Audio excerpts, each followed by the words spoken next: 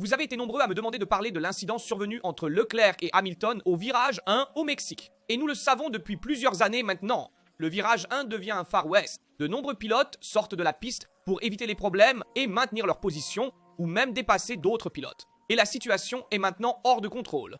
Dans la vidéo d'aujourd'hui, nous allons examiner l'incident de Leclerc, les déclarations de Martin Brundle, voir ce que Giancarlo Minardi a dit sur Hamilton, parler du plafond budgétaire car il y a des mises à jour, et enfin voir les mises à jour sur le crash gate de Massa et Ferrari, le procès d'Elkan et les radios des équipes d'Alonso. Avant de commencer, je vous prie de laisser un like de soutien et maintenant examinons tout en détail. Chaque année, quelque chose se passe au virage 1.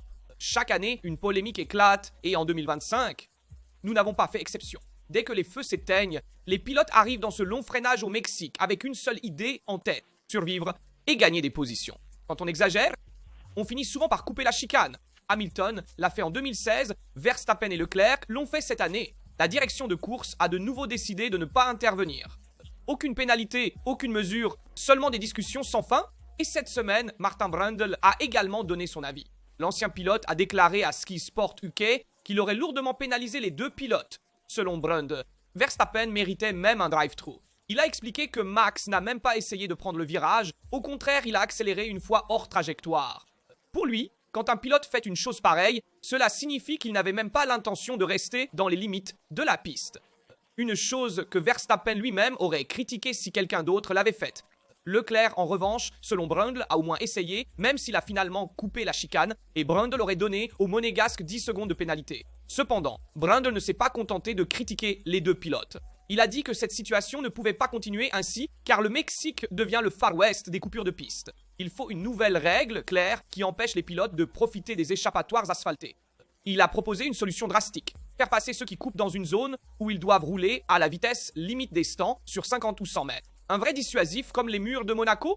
Si vous savez que vous perdez du temps, vous ne cherchez pas de raccourci. La question est maintenant simple. Pourquoi la FIFA n'intervient-elle pas sur ce point? Pourquoi revient-on chaque année exactement au point de départ? Et surtout, combien de temps les pilotes continueront-ils à exploiter cette faille dans le règlement jusqu'à ce que quelqu'un dise stop? Le Mexique nous laisse toujours des discussions animées et des fans divisés. Peut-être est-il temps de mettre en place une règle définitive qui fasse parler la piste et non les polémiques. Car la photographie du Mexique, ce sont 3 pilotes sur 3 trajectoires avec 0 espace. Et c'est la recette parfaite pour un désastre qui a failli se transformer en carambolage. Leclerc a pris un excellent départ, prend l'aspiration des McLaren et se retrouve coincé entre Hamilton à droite et Verstappen qui surgit à gauche. Leclerc essaie de se défendre, se déplace légèrement pour prendre de l'air, mais ce faisant, il oblige Max à freiner sur le vibreur. Là, l'adhérence disparaît, Verstappen perd le contrôle, coupe complètement sur l'herbe et Leclerc n'a plus d'espace, Hamilton le touche légèrement. Et à ce moment-là, le virage n'existe plus. Le monégasque suit le destin du champion du monde, va tout droit et rentre devant tout le monde. Mais il y a un prix. Il doit immédiatement céder la position à Norris. Mais Hamilton ne le digère pas à la radio. Selon lui, cette manœuvre a donné un avantage injuste à Leclerc. Il demande également à récupérer la position par rapport à lui et est convaincu d'avoir été pénalisé par la situation. Il veut une intervention, mais la direction de course observe, évalue et n'agit pas. À la fin de la course, Leclerc ne recule pas et raconte son point de vue.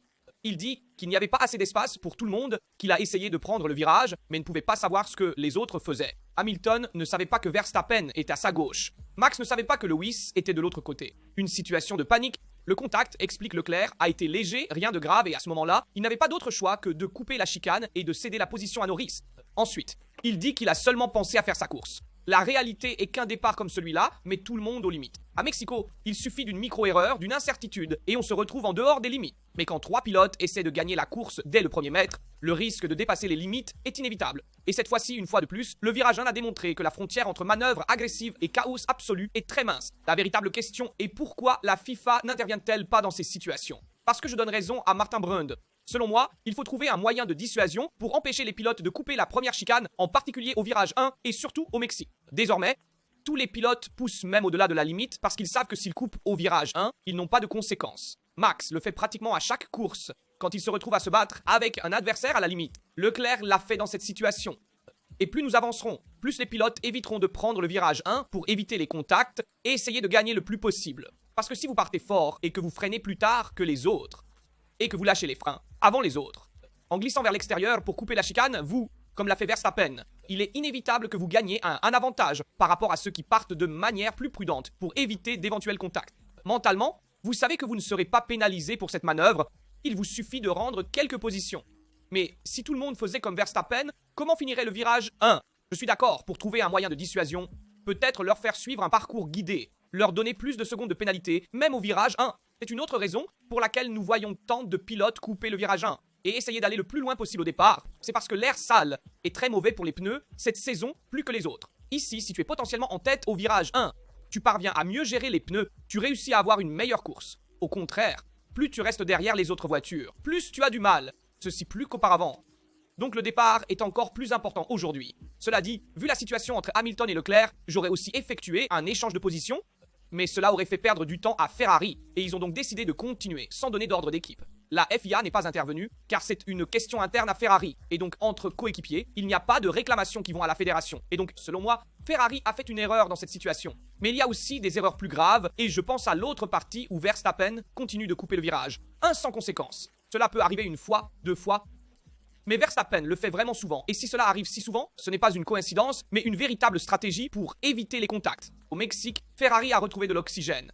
La deuxième place de Charles Leclerc n'est pas seulement un podium, mais un signal fort. La SF25 a démontré continuité, vitesse et concrétude, ramenant l'écurie à la deuxième place du championnat des constructeurs devant Mercedes, et avec la conviction que le meilleur reste à venir. Le climat interne a changé. Les mots de confiance du président John Elkann envers Vasseur ont enlevé la pression, et lorsque tu travailles sans avoir peur de te tromper, tout devient plus clair, plus rationnel et plus efficace. Si l'on regarde les chiffres du résultat final, il est facile de penser que Ferrari a simplement fait le maximum possible. Norris était inatteignable, avec une McLaren parfaite et un rythme que personne ne pouvait reproduire.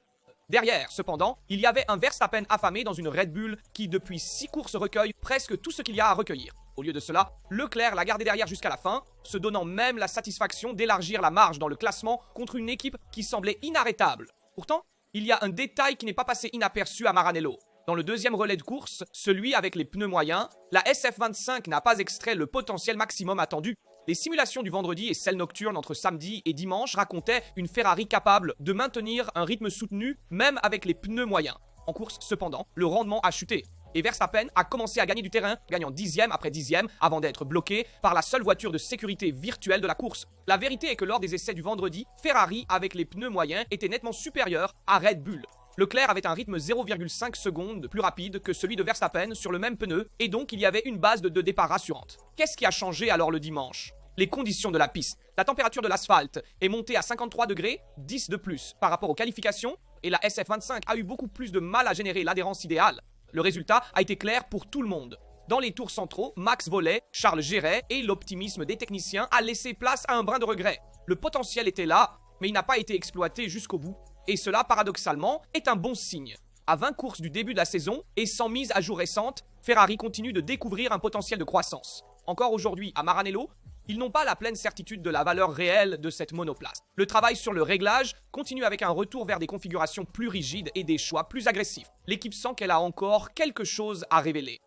Quelque chose pourrait faire la différence au moment crucial de la saison. Il reste 4 courses. Personne ne parle plus de manière obsessionnelle de la première victoire de la saison, mais le sujet est toujours là, vivant. Et si au Brésil, Ferrari devait retrouver les conditions idéales, peut-être pourrions-nous découvrir que ces SF25 vus à Mexico vaut encore plus que prévu lorsque tout se passe bien, et nous verrons si la réponse arrive bientôt. Et même Lewis Hamilton lui-même s'est exprimé sur la méthode de travail de Ferrari, car elle a encore changé. Lewis Hamilton, malgré sa 8e place au Mexique, n'était pas abattu. Au contraire, il a voulu souligner qu'il se passe quelque chose chez Ferrari. Et cette fois, il ne s'agit pas de mise à jour technique ou de nouvelles ailes à essayer le vendredi. Hamilton dit que Ferrari n'a pas réellement modifié la voiture au niveau du développement, mais a appris à mieux l'exploiter. Chaque détail du week-end, depuis le moment où l'équipe arrive sur le circuit jusqu'aux décisions techniques en course, est plus soigné, plus précis et plus efficace. Le processus s'est affiné et les résultats commencent à se voir. Lewis remercie en italien car il sent que cette mentalité, cette façon de travailler, est ce qui pourra faire la différence dans l'avenir de l'écurie.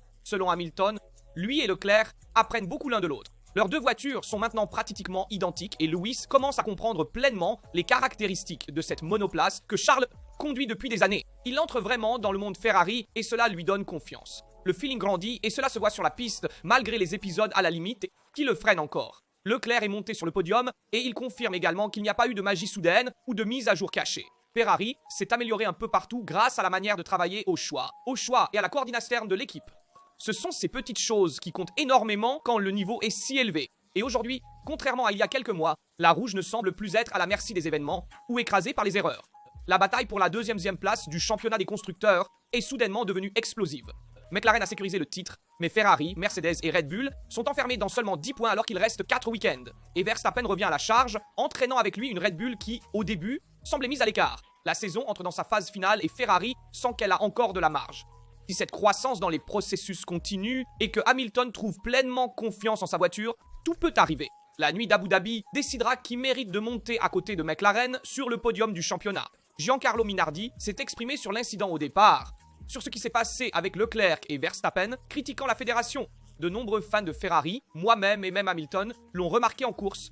Il semble que parfois les règles soient interprétées différemment selon l'incident et le pilote impliqué. Commençons par Leclerc et Verstappen qui ont quitté la piste et sont rentrés devant. Et pourtant cet épisode a été classé comme le chaos normal du premier tour. Hamilton, en revanche, dans la bataille avec Max au 6e tour, a reçu 10 secondes de pénalité et s'est retrouvé hors de la lutte pour le podium. Le sentiment de Minardi est clair. Soit on punit tout le monde, soit on ne punit personne, surtout lorsque les épisodes sont si similaires et arrivent dans la même course.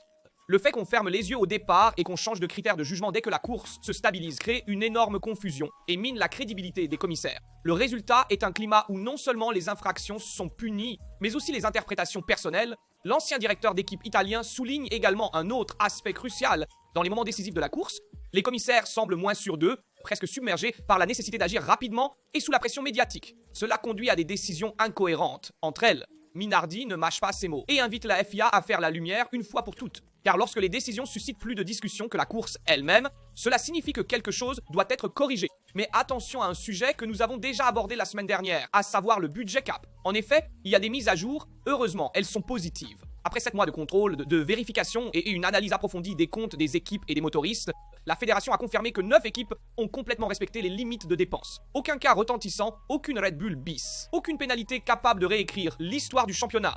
Juste une petite irrégularité de type administratif pour Aston Martin. Pas de dépassement, pas d'avantage sportif, tout est résolu par un simple accord formel sans conséquence sur la piste. Le message venant de la place de la Concorde est clair. Le système fonctionne et le budget cap est surveillé avec rigueur, sans réduction et sans exception. Le rapport de la FIA ne laisse pas de place à l'interprétation. Aucune des rumeurs parlant de 2 équipes hors la loi n'a été confirmée. Et c'est un aspect positif, car nous ne voulons pas de révision des résultats ou de bataille juridique comme celle que nous avons vue en 2021. Bien sûr, il reste la conscience que le mécanisme est jeune et encore en évolution.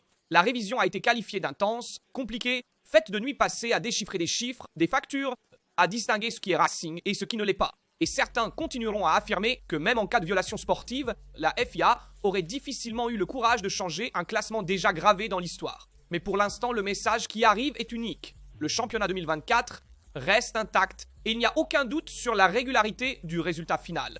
Et maintenant, l'attention se tourne vers 2026, lorsque la révolution des moteurs fera du budget cap un terrain encore plus stratégique et dangereux. C'est là que nous comprendrons si cette Formule 1 pourra vraiment vivre dans une ère plus équitable ou si les ombres reviendront secouer le monde des Grands Prix. Mais parlons maintenant de la pression médiatique que subit John Elkann, car la décision d'un procès très important pour Ferrari a été reportée. En effet, ce n'est pas une période facile chez Ferrari et la pression médiatique ne pèse pas seulement sur l'équipe en piste. John Elkann, lui aussi, se trouve dans une phase complexe, avec une affaire judiciaire qui reste suspendue et qui ajoute inévitablement du poids aux responsabilités du président de Ferrari. La décision sur le procès qui le concerne a été reportée une fois de plus. Elkann est accusé de fraude contre l'État concernant la gestion de l'héritage de sa grand-mère, épouse de Gianni Agnelli. Une bataille familiale devenue publique après la plainte déposée par Margherita Agnelli, qui revendique son droit sur l'héritage paternel et maternel. Une question délicate qui a ouvert une fracture douloureuse, tant sur le plan personnel que légal. Pour tenter de clore l'affaire, Elkann a choisi de verser 183 millions d'euros à l'agence des impôts afin de pouvoir accéder à la mise à l'épreuve. Mais il devra d'abord attendre la décision définitive du juge, prévue le 28 novembre. Si la demande est acceptée, le président de Ferrari et Stellantis devra effectuer des activités socialement utiles dans les écoles salésiennes, en soutien aux étudiants, enseignants et cadres. Pas exactement le tableau que l'on imagine pour le leader de la marque la plus emblématique du sport automobile mondial. Dans le procès sont également impliqués Gianluca Ferrero, comptable de la famille Agnelli, le président de la Juventus et le notaire Remo Morone. En somme, une affaire qui ne concerne pas seulement la Formule 1, mais tout l'univers exor, déjà confronté à une saison compliquée sur le front du football également. Tandis que Ferrari travaille à retrouver la stabilité sur la piste, Elkann cherche également l'équilibre en dehors du circuit. Et s'il est vrai que la Formule 1 ne s'arrête jamais, il est tout aussi vrai que celui qui dirige une réalité aussi immense ne peut se permettre de distraction. Le 28 novembre pourrait être une date clé non seulement pour un procès judiciaire, mais pour la sérénité d'un président qui doit continuer à diriger un projet technique et sportif que le monde observe de près. Le succès de Ferrari passe aussi par ici, loin des projecteurs de la piste, mais dans un match qui peut influencer la gestion et la tranquillité de l'équipe. Et maintenant, il ne reste plus qu'à attendre pour comprendre quel impact cette situation aura sur l'avenir de l'écurie. Nous verrons donc quel sera le résultat de cette affaire judiciaire de John Elkann, et nous le découvrirons ensemble le 28 novembre. Mais attention aussi à la question du Crashgate, car il y a des mises à jour à ce sujet. 17 ans après, le Crashgate revient des fantômes de l'histoire pour entrer dans les salles d'un tribunal. Felipe Massa nous glace cette nuit de Singapour 2008, et aujourd'hui, il exige que le monde de la Formule 1 reconnaisse ce qui a toujours été évident pour lui. Ce titre lui a été arraché par une injustice jamais résolue. La bataille juridique a commencé à Londres, où Massa a engagé une procédure contre la FIA, ainsi que contre la Formula One Management et Bernie Ecclestone. La demande est énorme, 82 millions de dollars d'indemnisation pour les dommages économiques et moraux subis. Mais attention, le Brésilien ne demande pas de réécrire le classement de 2008 ou de devenir champion à Turin. Il demande quelque chose de plus lourd encore, la vérité officielle. Massa veut que la FIA reconnaisse deux éléments fondamentaux. Le premier, qu'en 2008, elle n'est pas intervenue uniquement sur le résultat du Grand Prix de Singapour, en violant son propre règlement. Le deuxième, que cette omission l'a empêché de remporter le championnat. La course, à cette occasion, a été détruite par un arrêt au stand chaotique sous safety, car généré par l'accident volontaire de Nelson Piquet Jr. sur ordre de Renault. Cet accident a favorisé Fernando Alonso et a complètement changé l'équilibre du championnat, permettant à Lewis Hamilton d'obtenir des points décisifs. Mais pourquoi rouvrir le dossier maintenant? Tout vient d'une déclaration inattendue de Bernie Ecclestone. En 2023, l'ancien patron de la Formule 1 a révélé qu'il savait du Crashgate avant la fin de la saison 2008, laissant entendre que la FIA et la FOM avaient choisi de ne pas intervenir pour protéger l'image du championnat. Ecclestone a ensuite rétracté. Mais ces mots sont devenus une arme dans les mains des avocats de Felipe Massa. Pour la première fois dans l'histoire, un pilote défie légalement les institutions de la Formule 1 pour le manque d'intervention sur le championnat. La procédure durera des mois et il n'est pas exclu que des documents et des dessous restés cachés pendant près de 20 ans émergent. Singapour 2008 n'a jamais été seulement un chapitre controversé. Ce fut une plaie ouverte et maintenant, pour la première fois, la vérité pourrait être écrite noir sur blanc. Et cette fois-ci, il ne sera pas possible de l'ignorer. Et attention aussi aux communications radio de Fernando Alonso lors du Grand Prix du Mexique, car elles ont été censurées par la même fédération. En effet, alors que certains pilotes prenaient le raccourci au virage 1 et virage 2, l'Espagnol a perdu des positions précieuses et a immédiatement exprimé sa frustration par radio. Mais ces mots, les fans ne les ont jamais entendus. La FOM a décidé de censurer ces communications pendant presque toute la course, laissant un grand point d'interrogation sur ce qu'Alonso disait réellement à son ingénieur. Le double champion du monde a été très clair. Pour lui, la direction de course a complètement échoué dans la gestion des premiers tours, montrant qu'elle ne comprend rien aux courses. Une accusation très sévère que Fernando a prononcée alors qu'il demandait avec ironie que tout soit diffusé en direct. Au lieu de cela, la régie internationale a coupé le son de son onboard pendant de longs moments, coupant presque entièrement les messages les plus chauds. Selon les informations, la Formula One Management dispose d'un système qui permet de couper les communications radio en temps réel. Pas de bip de censure, simplement du silence. Ainsi, personne ne peut savoir ce qui a vraiment été dit. En général, le système est utilisé dans des situations délicates lorsque les pilotes, sous stress de compétition, dépassent les limites du langage autorisé. Mais dans ce cas, la censure est apparue plus sévère et sélective que d'habitude. La décision pourrait aussi avoir été prise pour protéger Alonso de conséquences non réglementaires. Critiquer ouvertement la direction de course et les commissaires fait partie des infractions disciplinaires qui peuvent entraîner des avertissements ou des sanctions. Mais à ce stade, la question est inévitable. Si un pilote ne peut plus exprimer sa frustration à la radio sans risque d'être censuré, les communications radio ont-elles encore un sens? Oui, elles conviennent pour toutes les communications techniques. Cependant, leur spontanéité n'a jamais été seulement un divertissement. C'est une fenêtre authentique sur le vrai monde de la Formule 1. La rendre muette signifie enlever la transparence au sport, précisément au moment où les décisions des commissaires sont déjà sous accusation. Alonso n'aura pas vu ses paroles passer à la télévision. Mais cette fois-ci, la bataille n'était pas seulement pour gagner une position. C'était pour se faire entendre. Et même si la FOM n'a pas diffusé ses communications, le message est quand même arrivé fort et clair. Pour beaucoup de pilotes, il semble que ceux qui gèrent les courses n'écoutent pas suffisamment. Faites-moi savoir dans les commentaires ce qu'en vous choisissez de la gestion de la FIA de cette course au Mexique, du départ de Leclerc et Verstappen, des paroles de Martin Brundle, de Giancarlo Minardi, de la pénalité de Hamilton. Dites-moi ce que vous pensez de ces communications radio-censurées d'Alonso et aussi ce que vous pensez du procès d'Elkann et du Crashgate de Massa. Je suis curieux de lire et de répondre à tous vos commentaires. Comme toujours, je vous rappelle de laisser un like, de vous abonner et d'activer les notifications pour ne manquer aucune vidéo sur la chaîne. Ici de Rastro, c'est tout. On se voit dans la prochaine vidéo.